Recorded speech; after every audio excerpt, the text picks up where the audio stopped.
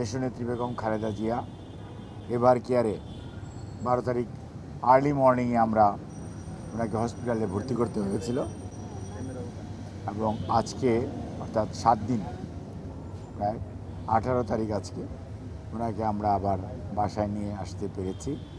Medical বোর্ডের ওখানে উনি একটা শাহাবুদ্দিন তালুকদার এর নেতৃত্বে আমাদের যে মেডিকেল বোর্ড আছে, professor doctor FM Siddiqui, professor doctor Nuruddin Ahmed, doctor Shamsul Arifin এবং প্রফেসর ডক্টর আবু জাফর মোহাম্মদ সালেহ এবং ডক্টর জাফর ইকবাল এবং ডক্টর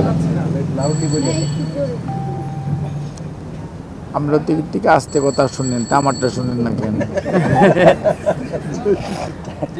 তাহলে জুড়েই বলি আবার প্রথম থেকে। সম্মানিত সাংবাদিক ভাই বোনের আসসালামু আলাইকুম। ওয়ালাইকুম আসসালাম।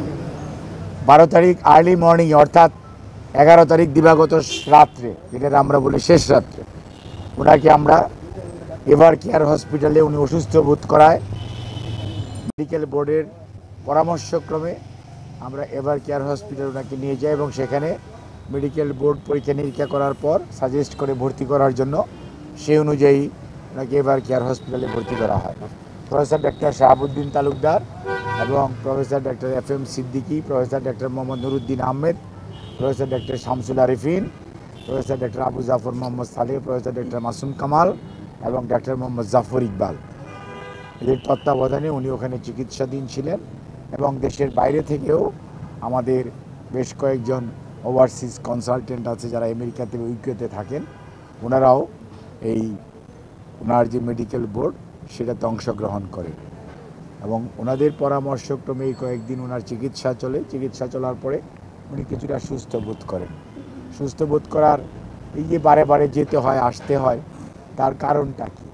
কারণটা হচ্ছে ওনার ক্রনিক লিভার ডিজিজ, এমন একটা ডিজিজ আমরা বলেছি যে ওনাকে সংকট থেকে উত্তরণের জন্য টিপস যে প্রসিডিওরটা জন হপকিন্সের চিকিৎসকরা করে দিয়ে গিয়েছেন, সেটা করার পরিপ্রেক্ষিতে উনি সাময়িকভাবে কিছুদিন সুস্থ থাকেন, তারপরে উনি আবার অসুস্থ হয়ে যান।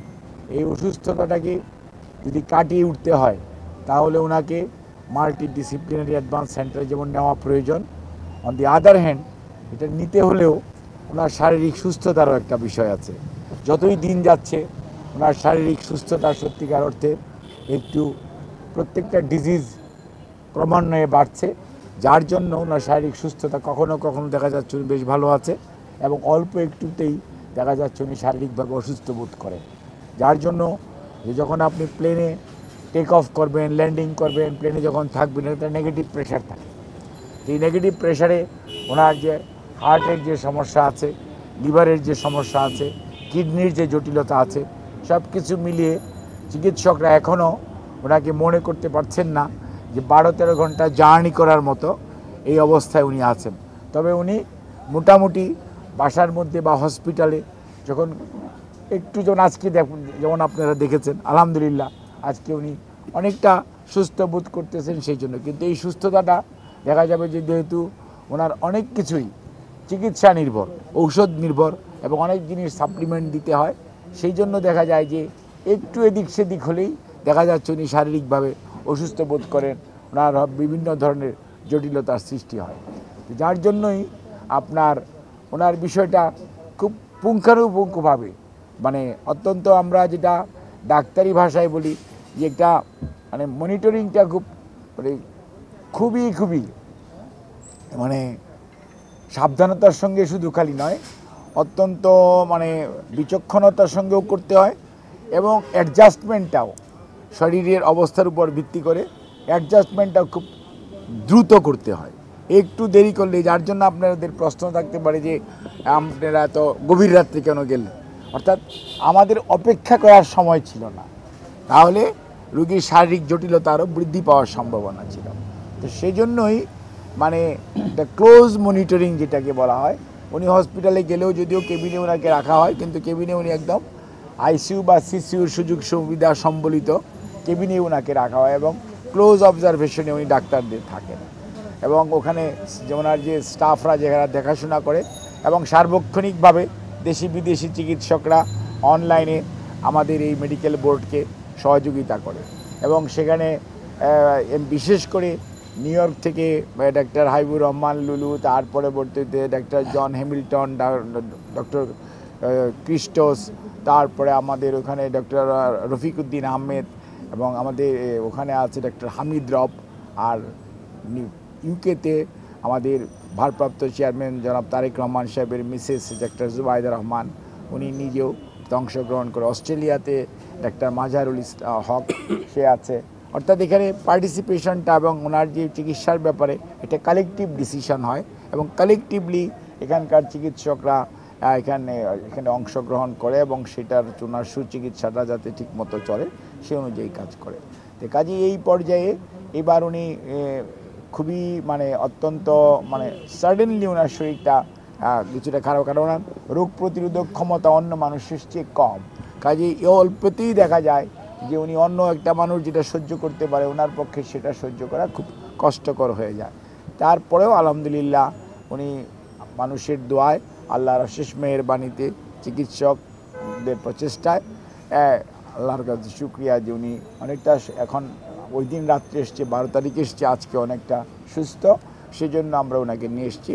বাট এখানেও এই দেখবেন যে আজকেও মেডিকেল বোর্ডের ডাক্তাররা আসবে এবং ওনার স্বাস্থ্য পরীক্ষা যেটা বাসায় করা দরকার সেটুকু করবে, চিকিৎসা যেটা দেওয়া দরকার সেটা কিন্তু এখানে হাসপাতালে যেটা চলতেছিল সেটারই কন্টিনিউয়েশন এখানেও হবে।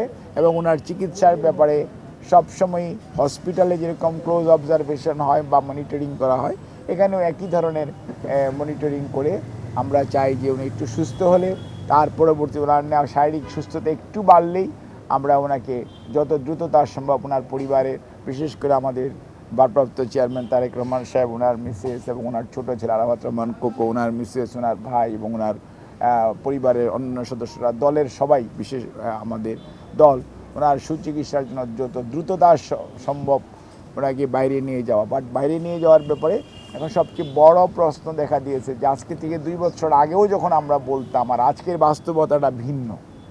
আজকের বাস্তবতাটা হচ্ছে যে ফ্লাইং যে একটা টাইম এবং ফ্লাইংয়ের যে কন্ডিশনটা, এটা একটা গুরুত্বপূর্ণ আইটেম। এটা আমরা আপনাকে বুঝতে হবে যে নিজেরা যখন সুস্থ মানুষে যখন প্লেনে উঠে তার যে ওঠার সময় এবং নামার সময় যে স্ট্রেস যায়, সেটা ওনার পক্ষে কতটুকু উনি সহ্য করতে পারবেন বা পারবেন না, এইটা একটা মেডিকেল পয়েন্টের একটা প্রফেশনাল এটা দেখতে হবে। কাজেই আমরা চিকিৎসার ব্যাপারে খুবই আশাবাদী এবং ইনশাআল্লাহ যত দ্রুততার সময় নেওয়ার চেষ্টা করছি। বাকিটা আল্লাহ রাব্বুল আলামিনের অশেষ রহমত, তাহলেই আমরা হয়তো ওনাকে, আপনারা দোয়া করবেন। আর উনি আপনাদের সবাইকে ধন্যবাদ জানিয়েছেন যে আপনারা উনি যাওয়ার সময় ওনার রাত্রিবেলায় গভীর রাত্রে আপনারা অনেকে এই নিউজ কভারের জন্যই করেছেন। এখনও আপনারা অনেক মানুষ অপেক্ষা, উনি কিন্তু এগুলো দেখেন, as she is a politician, সবসময় এগুলোকে উনি খেয়াল করেন এবং উনি আপনাদের সবাইকে ধন্যবাদ জানিয়েছেন। এবং দেশের মানুষের দোয়ায় উনি আজকে পর্যন্ত গত 4.5 বছর যাবৎ 2021 সনের 10ই এপ্রিল উনি প্রথম কোভিড আক্রান্ত হয়। আর এর আগে ওনার রিউমেটয়েড আর্থ্রাইটিস, ডায়াবেটিস এবং সহ অন্যান্য জটিলতায় উনি বিএসএমএমইউতে প্রায় 1 বছরের অধিক সময় ভর্তি ছিলেন। কাজে এই যে সময় উনি ওনার চিকিৎসার ব্যাপারে আমরা ব্যয় হয়েছে এবং চিকিৎসা সত্যিকার অর্থে শুরুই হয়েছে উনি যখন 2020-এর 25শে মার্চ যখন ওনাকে বাসায় থাকতে দেওয়া হয়েছে, তারপর থেকে অ্যাকচুয়ালি ওনার চিকিৎসাটা শুরু হয়েছে এবং যে চিকিৎসা দেওয়া দরকার, কাজেই যে চিকিৎসা ওনার পাওয়া উচিত ছিল হসপিটালে বা জেলখানায় থাকা অবস্থায়, সত্যিকার অর্থে সেই চিকিৎসাটা না হওয়ার কারণেই আজকের যে জটিলতাটা সেটা অনেকটা বৃদ্ধি পেয়েছে বলে মেডিকেল বোর্ডের সকল সদস্যরা মনে করেন। আপনাদের সবাইকে ধন্যবাদ।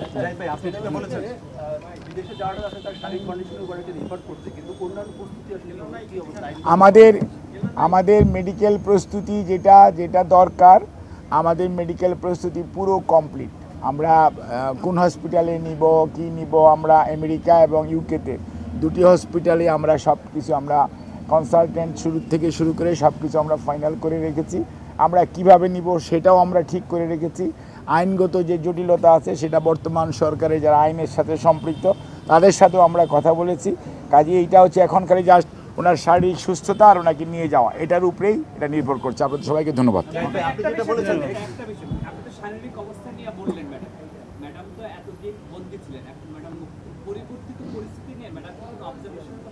অবশ্যই অবশ্যই ম্যাডাম 5 তারিখে যেটা বলতেছিল, 5 তারিখে উনি আপনারা যে 12টা পর্যন্ত কিন্তু আপনারা কিছুই দেখাতে পারেন নাই। দুপুর 12টার পর থেকে আপনারা প্রথম লাইভ যখন দেখানো শুরু করেছেন তখন কিন্তু উনি বিছনায় শুয়ে শুয়ে উনি এগুলো দেখতেছিলেন এবং বলতেছিলেন যে আল্লাহর কাছে শুকরিয়া আদায় করতেছিলেন। যখন উনি পালিয়ে যাচ্ছে, ওই যে ছবিটা যখন আপনারা দেখাইছেন তখন উনি বলছে যে এই দিনটা দেখার খুব প্রয়োজন ছিল। তবে উনি আবার কতগুলো জিনিস অবজারভেশন ছিল, যখন কোনো জিনিসপত্রের কেউ কিছু জিনিসটা আমাদের লোকরা যেহেতু অনেক নির্যাতিত ছিল, তখন আবার উনি বলেছে তোমরা এগুলো না করো যাতে কেউ কাউকে কোনো প্রতিহিংসা পরায়ণ না হয়, যেটা আপনি পরবর্তীতে একদিন পরে উনি যে ভিডিওটা দিয়েছিলেন এই ভিডিওটা কিন্তু উনি নিজের থেকে বলেছেন এবং নিজে আগ্রহ প্রকাশ করেছেন যে আমি একটু বলতে চাই। কারণ উনি আমাদেরকে বলতেছে তোমরা বলো, আমি যে না ভারপ্রাপ্ত চেয়ারম্যান মহোদয় বলেছেন, মহাসচিব বলেছেন, তারপরেও পরে আমি বলছি ম্যাডাম ঠিক 91 সনে একই ঘটনা ঘটেছিল।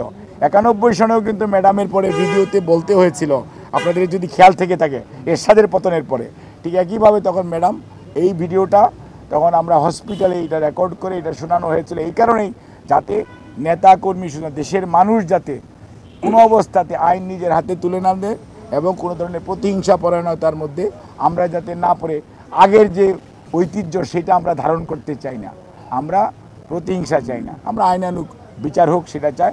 এবং উনি এই পরিবর্তিত পরিস্থিতিতে উনি সত্যিকার অর্থে উনি অ্যাটলিস্ট আল্লাহর কাছে শুকরিয়া আদায় করেন এবং উনি এই যে মানুষগুলো বিশেষ করে আপনারা খেয়াল করছেন গত